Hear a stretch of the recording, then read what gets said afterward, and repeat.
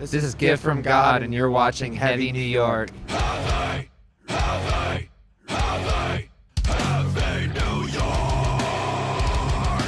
What's up, everybody? It's Alex from Heavy New York. We are back at the St. Vitus basement, and we are here with Sophia and Mitchie of Gift from God. Thank you so much for your time today. Yeah, thanks for having us. Yeah, thank you. Yeah, it's so awesome to have you here. So, Approximation of a Human is your latest record, which came out in 2019. Do you just want to talk about like how the making of this record was, the recording, mixing, songwriting, all that fun stuff? Who wants to go first? Wow, I guess I could start. So it was kind of a long process. I feel like we've been writing some of the songs on there for probably longer than a year, I think, for sure. And like spent a lot of like tinkering and playing around and like kind of solidifying our lineup in that process too. So yeah, I don't know. It was pretty cool and fun and just like a lot of writing. Yeah, when I joined the band, a lot of those songs were already in like the making and stuff. So it was like a learning process for me to like pick up new material that I had never heard and stuff, you know? Yeah, awesome. Being that you said like you were writing these songs over the course of a year, so I'd imagine like the compositions and the arrangements maybe changed a little bit. Yeah, definitely. Definitely we're just like, we'd have a song mostly finished, then we'd be like, we're going to like kind of fuck it up a little bit and like change it more. And we also re-recorded 2 tracks that were kind of technically the first 2 things we ever like put on the internet, and we kind of re-recorded them and changed those a little bit as well. You ever worried like the original way that you wrote it will be like a B-side one day, just be the biggest hit you'll ever have or something like that? Not really, no. Yeah. Well, I've noticed that like this record like had so many different like elements, from like grind to scream to hardcore. Like there's so many different elements. Is it fair to say that Gift from God likes to experiment from your style? Do you like thrive off of experimentation? I guess so. And I mean, I think like we all like lots of different kinds of music, so I feel like that kind of obviously sort of feeds the songwriting process and what everyone's into. But yeah, I think it's a lot of like, let's try to make something weird. Let's try to come up with something that sounds cool. Yeah, we try to pull from as many like genres and influences as we can and just try to make it cohesive and sound like ourselves, you know? Yeah. Well, I'd imagine, like, do you have a preconceived idea, like, when you're going into songwriting mode, like, this is what we have to do, here's how the arrangement works, or is there, like, a lot of improvising involved? I think usually it starts a lot with, like, either Chris, who plays guitar, will have, like, a bunch of riff ideas, or John, who plays drums, will have, like, some ideas, and, like, we'll kind of present them, and then we'll just start kind of piecing stuff together, and sort of like cutting up and smashing together. Yeah, some of us will just have like riffs that we've kind of come up with on our own time and then see if it like works in context of like other things. We kind of put it together like a collage almost, you know? Yeah. Well, I find it funny because I saw so many different elements. Like, I thought you, like, throw a bunch of so much into one, and then, like, maybe you kind of nitpick on what to take out or what to add in or what to sustain or something like that. But that could be maybe just a illogical assumption. No, I mean, I think that's sort of fair, bring a lot and then kind of chip away at it, add stuff, take stuff away, Yeah. Yeah. One thing I was curious about, this might be kind of a silly question, but like with the song titles that you've had, which I told you I had a hard time memorizing all of them by heart, but like, is there like a certain message or a certain meaning, or like could that said statement also determine the outcome of the music itself? I feel like I would say that the song titles are determined after the fact. They're not really like the I don't know how you would say it, really, like the basis for the songs where they start, like I think they start usually just all instrumentals or with the instrumentals, and the songs are just applied or the titles are applied afterward, and in a little bit more like of a funny kind of way. I feel like Possible Features is like one of the only songs where like the title has like a direct correlation to like the context of the lyrics and stuff, and like the instrumental part that we have is kind of like indicative of what we like titled it and whatnot, but everything else is kind of a rolling list of funny phrases that we've kind of found and thought of and just kind of tacked them on as like, this is our fave, it should go on that one. Yeah. You know? Like, I've noticed, like, I almost feel like it almost like if some of these, like, I've wanted to ask you and see you Space Cowboy this, like, those 2 questions. Like, was this like a spur of the moment said thing, or like was there like a lot of thought that kind of like went into it and knowing like how did we apply this lyrically or conceptually? I definitely think there are just moments where someone says some shit and it's like, all right, someone's writing it down, we'll revisit it later. Or there's like a running phrase that like someone will say something funny and we'll just start saying it to each other, and we'll be like, this might be one. And I've noticed, like, I know that the beginning of the first track has like brackets around it, and then there's like usage of underscores. I feel like when I first like looked at the album and read the song titles, I almost feel like I was looking at code for an HTML website, and then I saw "Gift from God." I thought maybe that there was some sort of futuristic subject matter in there or something like that. Quite possibly. Yeah, we're really all into like science fiction and cyberpunk in a lot of ways, like not just musically, but like, you know, the fiction of cyberpunk. And I don't know, because we pull from so many like stylistic inspirations and stuff, we just kind of grind all of our influences through the lens of like post-internet kind of internet culture, you know what I mean? Yeah. Yeah. Do you like look for inspiration? Like, is there like a lot of research involved, or is this maybe from your own personal experiences in a way? Are you talking about like the song titles Yeah. or like? Or just even like the lyrics and subject matters in itself?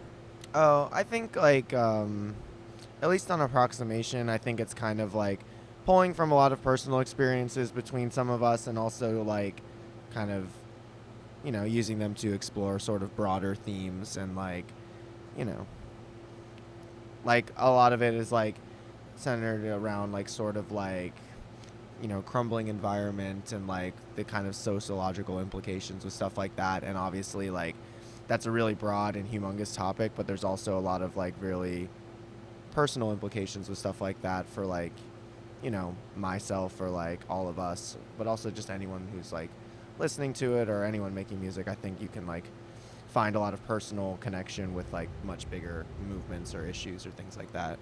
Anybody in the band Fear Factory fans? Because they Me. Fear Factory is one of my favorite bands. What is your favorite Fear Factory album? Demanufacture. Oh my God. Body Hammer. Did we just become best friends? Maybe. Did you see them when they played Demanufacture in its entirety? God, I wish. When they played Piss Christ live, somebody stood in the middle of the pit and just posed as if they were Jesus. Like, T-pose. it was the most eerie thing I've ever seen. But T-posing during Fear Factory is the ultimate mosh move. yeah, I mean, most violent, but also the most liberating. Hell yeah. Yeah. After we stop the camera, we're gonna talk Fear Factory for a Tight. good hour. All right. Yeah. Now, kind of like one more question regarding like the subject matter, because you know when bands revolve their music around a subject matter, you know sometimes it does. Like I interviewed Refused earlier this week, and they said like to address our political meaning or whatever, we can't do it in any other style of music. So like, is there a specific reason why you play the style of music that you do in order to support the subject matter that you write about? I feel, I guess that's hard to answer. Like, I mean, I feel like I've always been drawn to like hardcore and metal and stuff like that, and I've always liked it, and I like it sonically, and I also like it a lot of the time for the messaging and stuff that's in it. But I don't think like it's like one without the other necessarily. Like, I think like the tone of the music is very indicative of the messaging. You know, like I feel like it's very like chaotic, very desperate, very like sometimes horrific, but I think that that's also super like I guess indicative of like the climate that we're all existing in and like kind of navigating on the day to day. Could it be open to interpretation? Sure. Definitely. I personally feel like for me, I'm drawn to metal and hardcore as like an outlet for emotions like anger and despair and just like not feeling satisfied with my surroundings and stuff like that. And I feel like specifically with Gift from God and the kind of chaotic style of hardcore we do, it's kind of like sensory overload, and that's kind of like a lot of stuff that I feel like I deal with in modern life. It's just feeling like I'm dealing with information from all directions, and I feel like Gift from God, it's kind of like a reflection of that musically, where it's just very disorienting. Yeah, you know? I got like a vision in my head when I first heard the record where like I almost kind of like saw coding everywhere, and like the idea, because there's so many different elements in your music, it almost does represent taking so much instrumentation as well. Not to discredit the lyrics, but I almost feel like the music in itself also expresses the concept of the subject matter as much as like the lyrics could. Yeah. Now here comes the most difficult question in the entire interview. I want you both to answer this. This stumbles everybody. How do you know when a song is done? Especially because your songs like are between like 1.5 and like 3 minutes in a way. So at what point are you satisfied? Wow. I guess I don't really know how to answer that either. I mean, like I said, we re-recorded like 2 of our oldest songs that are like 5 years old and changed them then. So I mean, I don't know when exactly to call it done. But I think, like, as far as writing and practicing, we'll come to some kind of conclusion that we're like liking how this is, and we'll, kind of, I guess, just feel it out. But who's to say? I feel like when we're like building riffs up and stuff, it feels like there's a point where the song climaxes, and then after that point, it's kind of like, okay, so how do we wrap this up? And sometimes we leave it on the climax or whatever, but I feel like usually it's just like, okay, the song is getting to be about almost 3 minutes long. We need to like end it, and move on to the next thing. Yeah. Unless your band becomes something like Dream Theater, then your songs need to be like 27.5 minutes long. I don't got the energy for that. Highly kind doubt of that. shit.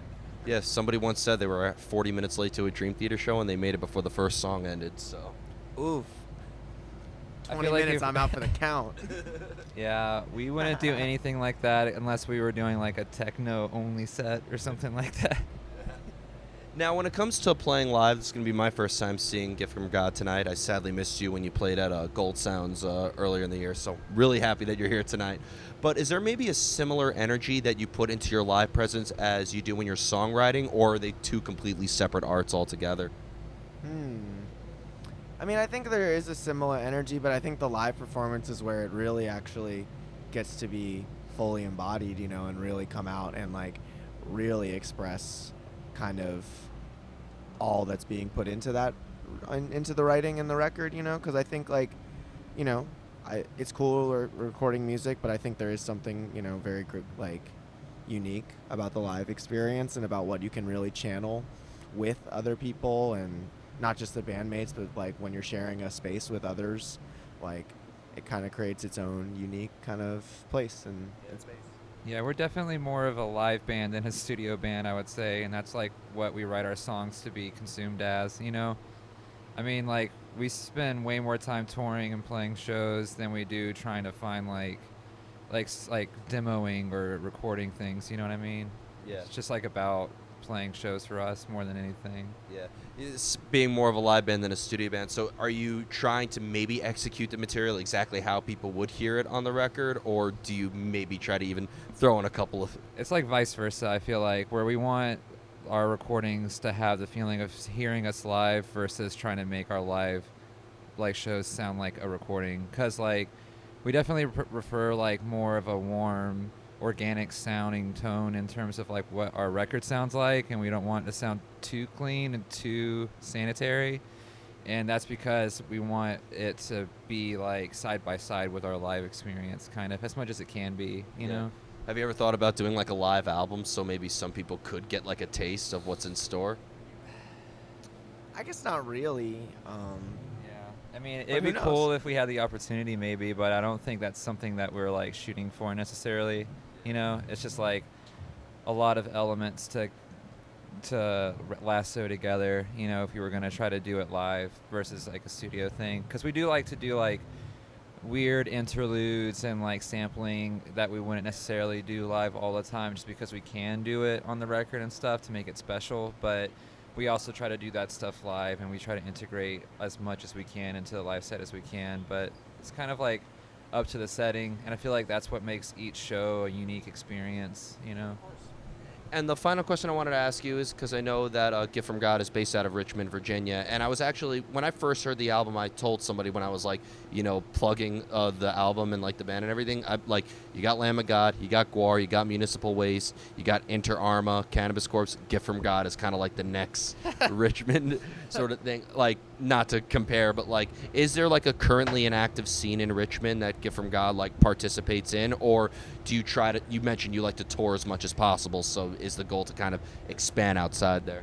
Yeah, we're definitely integrated, I would say, in a scene in Richmond, and I think there's so much shit going on in Richmond. It's like a really pretty cool place, but I think the place that we've really found a home in, I think, is like not necessarily like a really like rigidly defined like punk scene or hardcore scene, but much more of a like, I guess like a kind of like a queer scene, sort of, and like a social scene more than anything. So like we find ourselves playing a lot of mixed bills. Like we'll play shows with DJs, we'll play shows with like punk bands, we'll play shows with other kinds of electronic artists, like all sorts of stuff. But like more centering kind of shared values and like goals rather than one specific genre.